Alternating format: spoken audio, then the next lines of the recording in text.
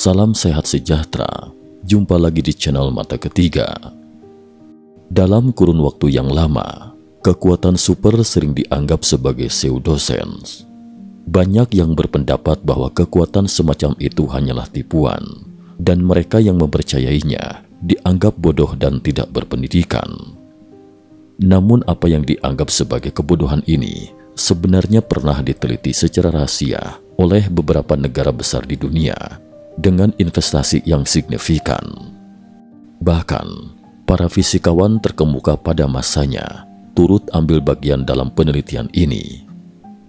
Pada tahun 2000, sebuah dokumen CIA yang dideklasifikasi berjudul Proyek Stargate mengungkapkan bahwa dalam salah satu program rahasia Amerika Serikat untuk meneliti kekuatan super, mereka menemukan bahwa kemampuan tersebut memang nyata.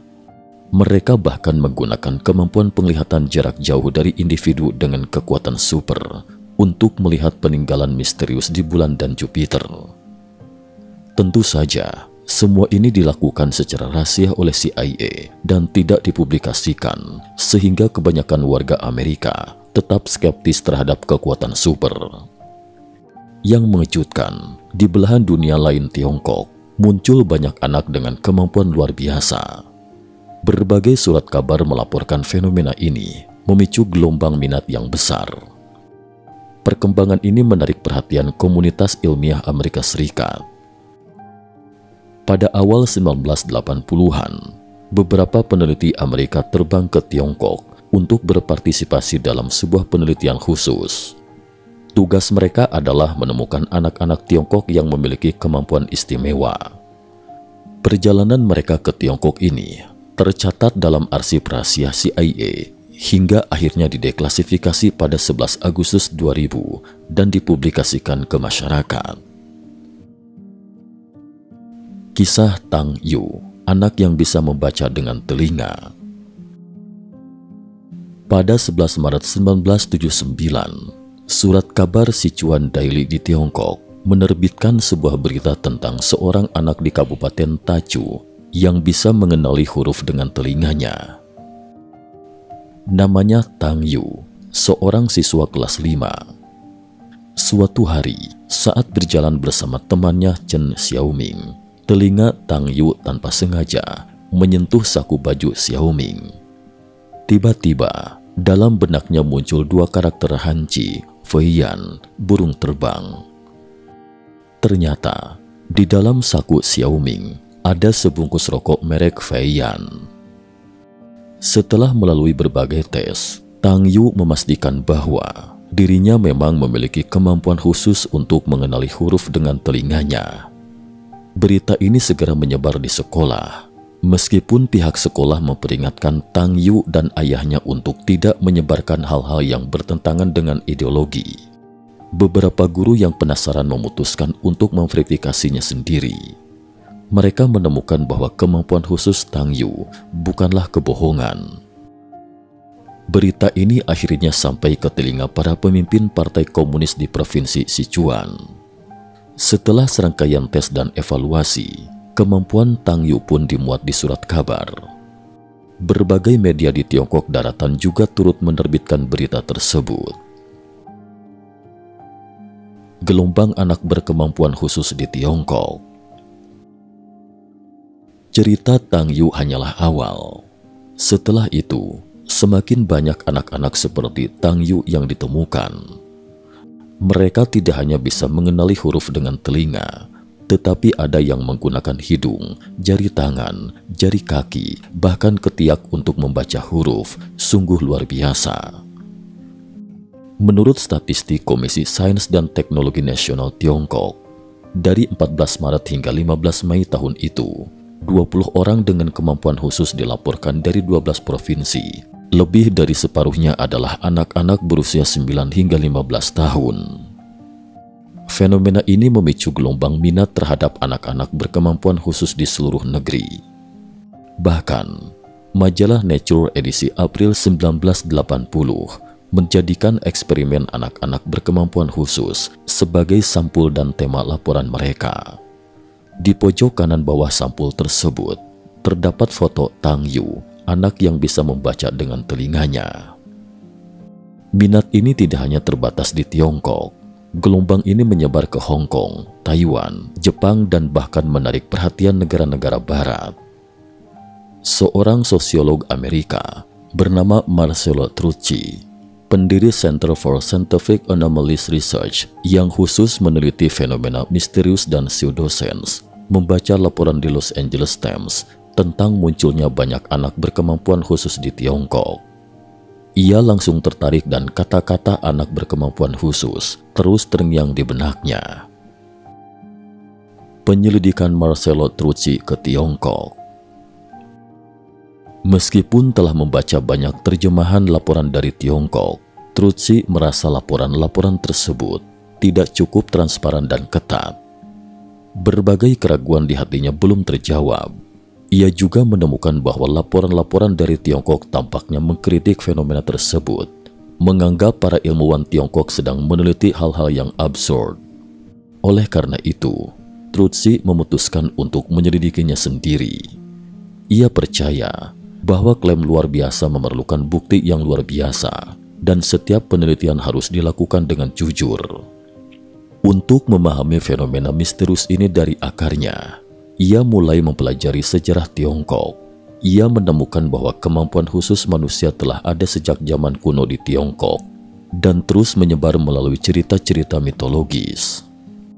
Meskipun cerita-cerita tersebut membentuk dasar budaya Tiongkok sejak tahun 1949, setelah Marxisme menggantikan budaya tradisional di Tiongkok, segala fenomena supranatural dianggap sebagai takhayul. Setelah berakhirnya revolusi kebudayaan, sikap pemerintah Tiongkok mulai berubah. Pada Februari 1980, majalah Nature mengadakan konferensi pertama tentang diskusi kemampuan khusus manusia di Shanghai. Tidak lama setelah itu, Hu Yaopang, anggota tetap Politbiro, Komite Sentral Partai Komunis Tiongkok saat itu, mengeluarkan kebijakan 3 langkah terhadap kemampuan khusus dan Qigong. Tidak dipublikasikan, tidak diperdebatkan, tidak dikritik, dan mengizinkan sejumlah kecil orang untuk meneliti dan mendiskusikannya.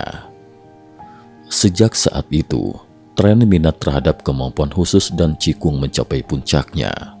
Banyak universitas mulai meneliti topik tentang anak-anak berkemampuan khusus. Eksperimen ilmuwan Tiongkok dan kunjungan tim Amerika. Dalam proses mengumpulkan data, Trucci membaca 2 set data eksperimen yang dilakukan oleh ilmuwan Tiongkok. Set pertama berasal dari peneliti Universitas Peking yang melakukan serangkaian tes pada 2 saudara perempuan berusia 13 dan 11 tahun. Mereka meletakkan kertas bertuliskan huruf di bawah ketiak anak-anak tersebut atau dalam amplop tertutup, lalu meminta mereka menebak apa yang tertulis di kertas itu. Hasil eksperimen menunjukkan bahwa kedua saudara perempuan tersebut tanpa kecurangan berhasil menebak isi kertas dengan tingkat akurasi 85%. Set eksperimen lainnya dilakukan oleh peneliti dari Universitas Normal Anhui. Subjeknya adalah seorang anak laki-laki dan seorang anak perempuan. Mereka tidak hanya bisa menebak huruf disembunyikan, tetapi juga warna tinta yang digunakan untuk menulis huruf tersebut dengan tingkat akurasi mencapai 91%. Namun dalam kondisi gelap, subjek tidak bisa melihat apapun. Banyak eksperimen sukses lainnya di Tiongkok. Hal ini mendorong diadakannya konferensi kedua tentang diskusi kemampuan khusus manusia di Chongqing pada Mei 1981. Laporan konferensi ini juga dibaca oleh Trucci yang membuatnya semakin kagum. Di sana, anak-anak tidak hanya bisa membaca tanpa menggunakan mata, tetapi ada yang bisa memindahkan objek dari jarak jauh atau menggerakkan jarum jam dengan kekuatan pikiran, benar-benar kemampuan super. Setelah itu, Trucci mengetahui bahwa di Tiongkok ada Jian Shuosen, seorang ahli roket dan dirgantara yang sangat percaya pada kemampuan khusus manusia dan secara aktif mendorong serta mendukung penelitian terkait. Ia bahkan mendapat dukungan dari Cao Qiang dan Hu Yaopang. Dengan dukungan kuat seperti itu, Truci berpikir bahwa bidang ini pasti akan mengalami kemajuan besar. Secara kebetulan, seorang teman Truci bernama Stanley Krippner berencana pergi ke Tiongkok untuk bertemu dengan Ma Xinmin, seorang ilmuwan yang khusus meneliti anak-anak berkemampuan khusus dan sekaligus melihat anak-anak tersebut.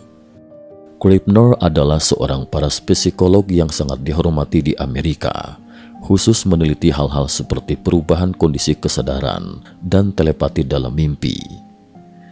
Ia mengundang Truci untuk ikut serta. Menurut dokumen CIA, Krippner juga mengundang Harold Padhoff yang pernah terlibat dalam proyek Stargate dan meneliti kemampuan super Uri Geller, serta 2 ahli medis lainnya. Dengan demikian, terbentuklah tim elit yang sempurna. Mereka tiba di Beijing pada 18 Oktober. Eksperimen di Tiongkok, harapan dan kekecewaan. Pertemuan pertama antara tim Amerika dan ilmuwan Tiongkok berlangsung di ruang pertemuan hotel. Peneliti Tiongkok menjelaskan hubungan antara kemampuan khusus manusia dan Qi, energi vital. Mereka percaya bahwa anak-anak mampu melihat tanpa menggunakan mata karena mereka menggunakan kulit untuk merasakan, di mana kulit memiliki jalur energi yang diperkuat oleh Qi. Setelah 3 hari diskusi, tim Amerika akhirnya bertemu dengan anak-anak berkemampuan khusus. Eksperimen sementara dilakukan di lobi hotel dengan lebih dari 50 peneliti hadir. Subjek kali ini adalah 4 anak perempuan yang harus menyelesaikan tes yang disusun oleh tim Tiongkok dan Amerika. Namun eksperimen berakhir dalam kekacauan.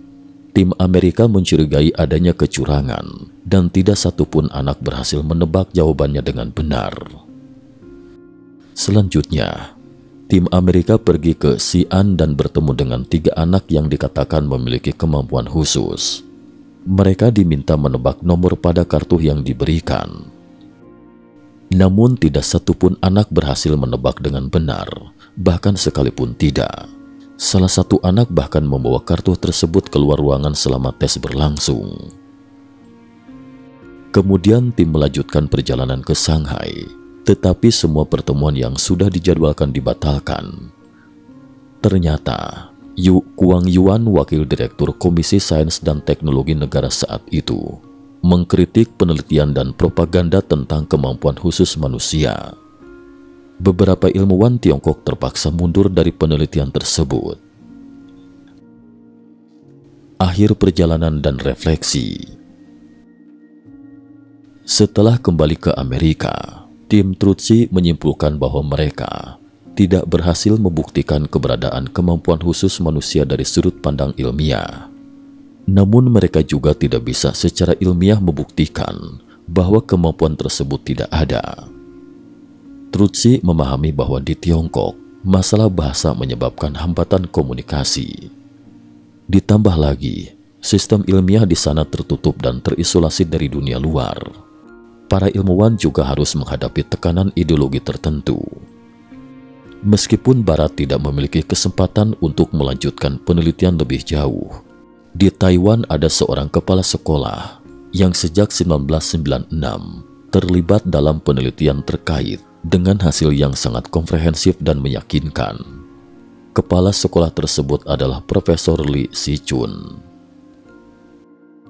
Penelitian lanjutan oleh Profesor Li Xichun. Pada tahun 1980-an, saat daratan Tiongkok berada dalam demam Qigong, Profesor Li Xichun mengajar di Departemen Teknik Mesin dan Elektro di Universitas Nasional Taiwan. Karena kebutuhan penelitian, ia secara pribadi berlatih Qigong dan mengalami beberapa fenomena Qigong yang aneh. Setelah itu, ia mulai beralih ke penelitian tentang Qigong dan kemampuan khusus. Pada tahun 1993, Profesor Li mulai mengadakan kursus khusus tentang potensi manusia di Universitas Nasional Taiwan dan melakukan penelitian tentang membaca dengan jari. Ia menemukan bahwa apa yang disebut kemampuan khusus sebenarnya adalah potensi manusia. Selain menguji individu dengan kemampuan khusus, Ia juga mulai melatih anak-anak untuk membaca dengan jari dalam kondisi mata tertutup. Hasilnya, sekitar 10% hingga 40% remaja berhasil mengembangkan kemampuan khusus membaca dengan jari. Dengan kata lain, eksperimen yang tidak berhasil diselesaikan oleh tim Amerika pada masa itu dilanjutkan oleh Profesor Lee dan ia telah mengembangkan penelitiannya secara luas.